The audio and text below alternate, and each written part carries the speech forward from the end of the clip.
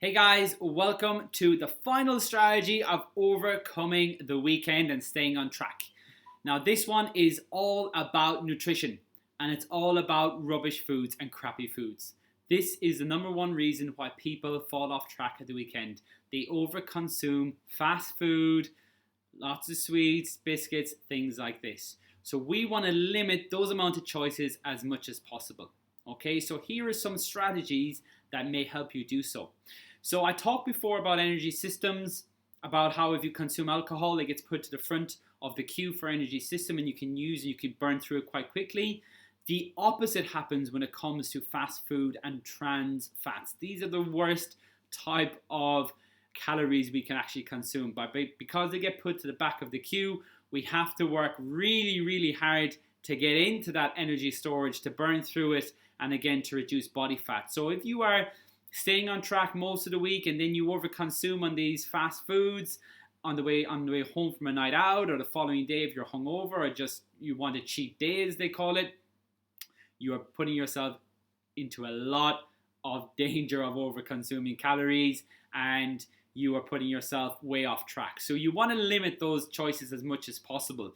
And my strategy normally that I adopt with my clients and for myself is that I always tell them that on the weekend, try and prepare foods or go for foods that are tasty, that you don't normally have, but they're not that high in calories.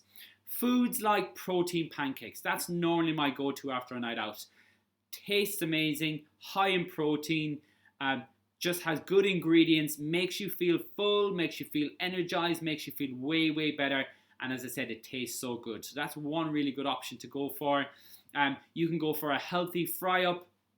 So you can go for things like turkey bacon, turkey sausages, eggs, brown whole wheat toast. So again, you're still getting those really tasty breakfast. You can put a bit of effort into making them, or you can have them on a restaurant out. They taste amazing and they're not super high in calories or super high in trans fats.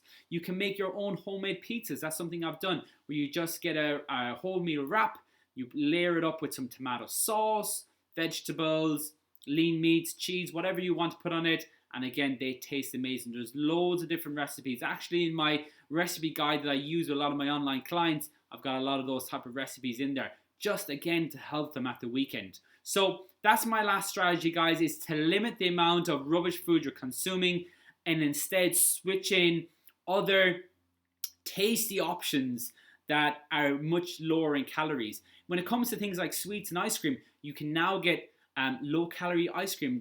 I've got a tub of low-calorie ice cream in my fridge. It's 300 calories for a tub this size. It's high in protein and it tastes amazing. You can make things like chocolate pudding. You can make things that you can have chocolate rice cakes. Things that, again, are really, really tasty, will kill your cravings. But again, number one thing at the weekend is you want to limit the amount of calorie consumption that we're having. So those things are really, really helpful. So guys, again, please get in touch. I've had a number of people already get in touch with me about the strategies from the previous 9, and they're working really well for them. So I'm delighted that they're working for people.